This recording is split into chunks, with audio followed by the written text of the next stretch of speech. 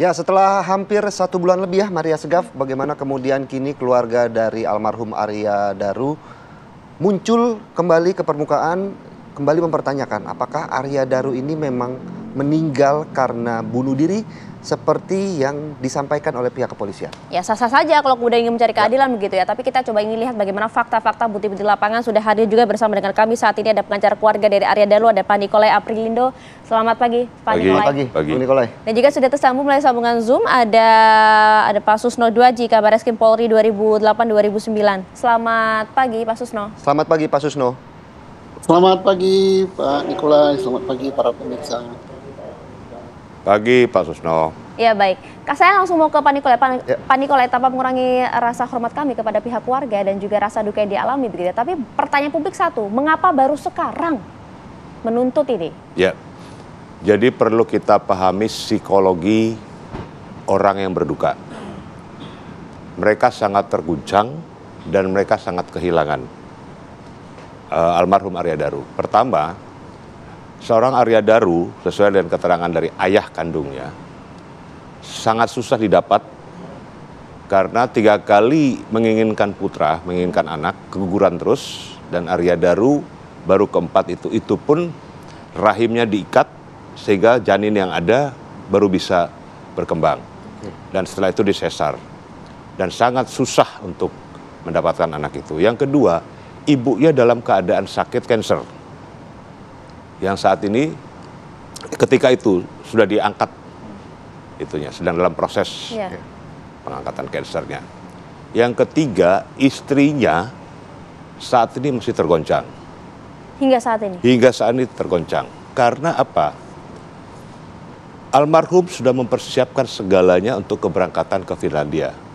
Baik itu tiket, visa, paspor, bahkan paspor istri, anak, orang tua, mertua. Sekolah anak juga sudah disana, ya? Sudah disiapkan. Orang tua, mertua disiapkan. Jadi mereka tuh dalam keadaan happy untuk berangkat karena anak-anaknya itu senang mau berangkat ke sana, dan orang tuanya, eyangnya juga senang karena masa depan sekolah anak-anak dari Arya Daru tuh akan berlanjut di sana dengan bagus. Baik, Pak Nikolai, langsung saja yang kemudian saat ini membuat keluarga justru yakin bahwa Arya Daru tidak dibunuh, itu apa? Apakah salah satunya kemudian handphone yang kembali aktif, yang diinformasikan bahwa pihak kuasa hukum juga melihatnya seperti bukan tidak dibunuh, tapi dibunuh. Dibunuh, sorry. Dibunuh, bukan bunuh diri. Ya. Istilah kasarnya ya, istilah halusnya kan dipakai tidak melibatkan orang lain. Itu kan ya lip service di situ kan. Kemudian perlu saya sampaikan. Janggalnya di mana, Pak? Apa bukti-bukti yang kuat yang dimiliki oleh keluarga? Sekarang kita melihat proses kematiannya. Kemudian wajahnya itu sebelum dilakban di plastik dulu. Baru dilakban secara rapi. Tidak mungkin seorang Arya Daru dapat melakukan itu seorang diri tanpa melibatkan pihak lain.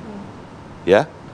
Kemudian Arya Daru ini sejak tanggal 7 pagi sampai jam 9 malam itu masih berkomunikasi terus dengan istrinya. Ada kejanggalan tidak dari komunikasi itu kalau menurut istri? Menurut istri tidak ada kejanggalan. Cuman ketika Arya Daru berpamitan pada istrinya, dia diajak makan siang oleh Farah dan Dion. Makan mie ayam. Itu jam 12 sekian. Ya kan? Jadi sudah bertemu Farah dan Dion itu sejak jam 12 siang. Nah, kemudian pada saat sore dia mau ke GI untuk mencari baju. Dikabarkan juga istrinya pada saat baju dicoba, difoto juga oleh si almarhum, kirimkan ke istrinya, dan mereka masih bercanda mereka berdua. Tetapi yang menjadi catatan, ada beberapa nama yang disebutkan oleh almarhum pada istrinya. Jadi ada namanya Mbak Lena, ada namanya Pak Sam, ada namanya Mbak Oki. Nah, nama-nama ini almarhum ada sedikit curhatan lah. Itu siapa mereka dari 3 nama itu yang kemudian di mention itu, seperti apa sosoknya? Maksudnya sih itu mereka siapa?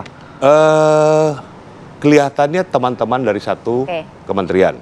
Korelasinya apa? Apakah memang ada kejanggalan dengan ketiga nama ini?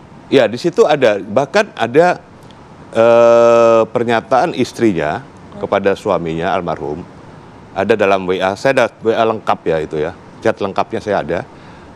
Semoga Pak Dubes berpihak pada kita. Pak Dubes? Semoga Pak Dubes berpihak pada Jadi kita. memang ada kecurigaan di sana bahwa memang ini ada pihak ketiga, maksud Anda begitu? Ya, kemungkinan ada pihak ketiga, baik secara internal maupun eksternal. Dan juga betul handphone Arya Daru pada saat itu sempat aktif? Ya, jadi Warga tanggal mengetahui. 7 itu, tanggal 7 kan meninggal. Tanggal 8 meninggal kan. Nah, tanggal 9 ketika istrinya WA masih centang 2. Bahkan tanggal 10 pun centang 2. Oke. Ya, centang 2. Tapi dikatakan oleh pihak penyelidik bahwa handphonenya hilang. Ya. Nah, kalau hilang diambil orang atau hilang Dan di mana? Itu yang menjadi pertanyaan. raib di mana ya? gitu kan. Nah, yang kedua, Instagramnya tanggal 14 Agustus on Instagramnya. Berarti 6 hari setelah Ya, dinyatakan setelah hilang, kejadian. gitu ya? 6 Setelah hari. kejadian. Berarti kan handphone itu dalam penguasaan orang. Bukan hilang kemana-mana, tapi dalam penguasaan orang. Nah, yang menjadi catatan, kalau betul Ya. si Farah dan Dian itu bersama-sama dengan almarhum pada saat berada di GI, menjadi pertanyaan kami, jam berapa berada di GI itu? Siang jam 12 mereka makan bersama, bukan di GI, di, Ya, oke. di belakang katedral itu. Kemudian CCTV menggambarkan mereka bersama ada di situ jam berapa? Itu Pak Nikolai. Real Semua kan time-nya kemudian mana? sudah dimintai keterangan oleh pihak kepolisian, tapi ada beberapa hal yang kejanggalan Anda tadi, handphone, media sosial aktif. Tapi bagaimana kemudian Pak Susno melihat hal ini, Pak Susno? Pihak keluarga memastikan bahwa yakin betul bahwa ini ada keterlibatan pihak lain di sini, Pak Susno. Bagus ya, bagus sekali ada masukan gitu ya. Perlu kita ingat bahwa waktu Polda Metro Jaya mengumumkan dan juga menurut hukum ya, penyelidikan itu tidak dihentikan. Pembuat undang-undang tidak pernah merumuskan di dalam hukum acara kita penghentian penyelidikan. Tetapi pada waktu itu disimpulkan sampai dengan diadakan konferensi pers, yaitu belum ditemukan ya tindak pidana.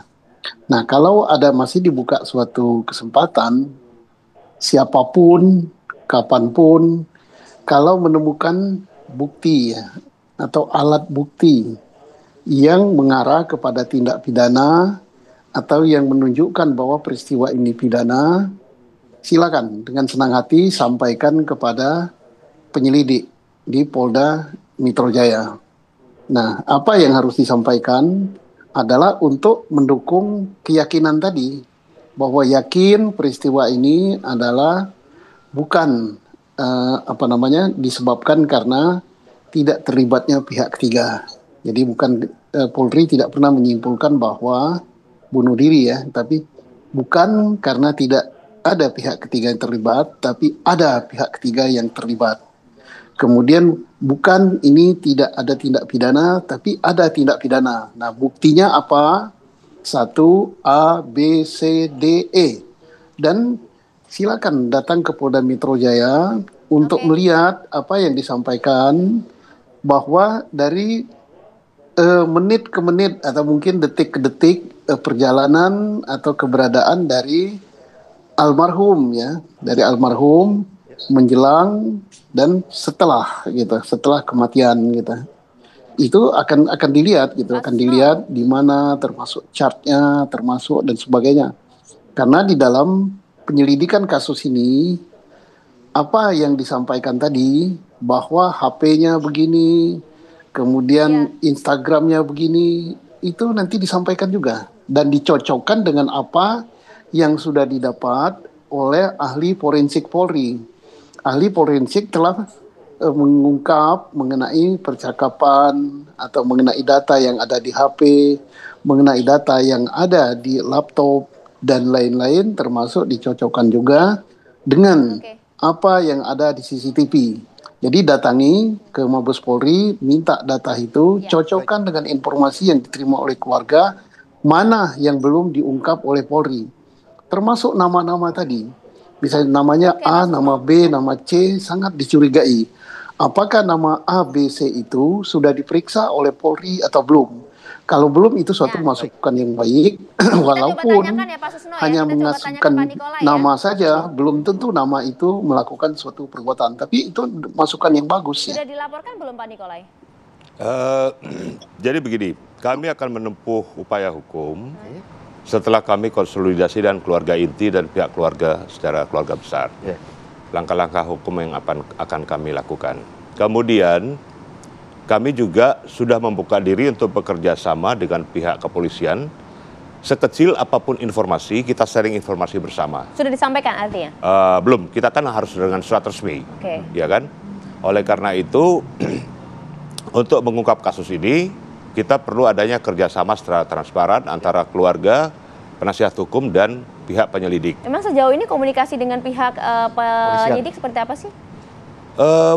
Sampai saat ini, otopsi lengkap pun dari almarhum, penyelidik atau penyidik tidak memberikan pada pihak keluarga. Itu. Artinya setelah press conference kemarin yang dimana pihak kepolisian menyatakan bahwa ini tidak ada unsur pidana dalam kasus ini, belum ada update apa-apa dari belum pihak belum ada update apa-apa, dan hasil otopsi pun belum diserahkan pada pihak keluarga, demikian pun hasil gelar perkara belum diserahkan pada keluarga. Nah, keluarga menunggu, Nah, bahkan saya sampaikan di sini bahwa keluarga menerima amplop coklat dari seorang pria misterius, di mana amplop itu dibungkus di stiker dengan 2 stiker putih, kemudian isi amplop itu bergambar bunga Kamboja dari gabus, kemudian love atau hati dari gabus, dan bintang. Nah, itu juga sudah diserahkan kepada pihak kepolisian. Ini maksudnya ada teror kepada pihak keluarga? Ya, ada teror berupa amplop tersebut, dan kuburan almarhum pun diacak-acak. Diacak-acak itu pada tanggal 27 Juli. Diacak-acak.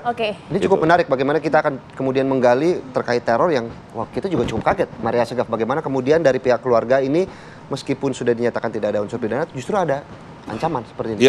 Masuk di laporan selanjutnya, kita akan bahas di segmen selanjutnya. Apa kabar Indonesia Pagi?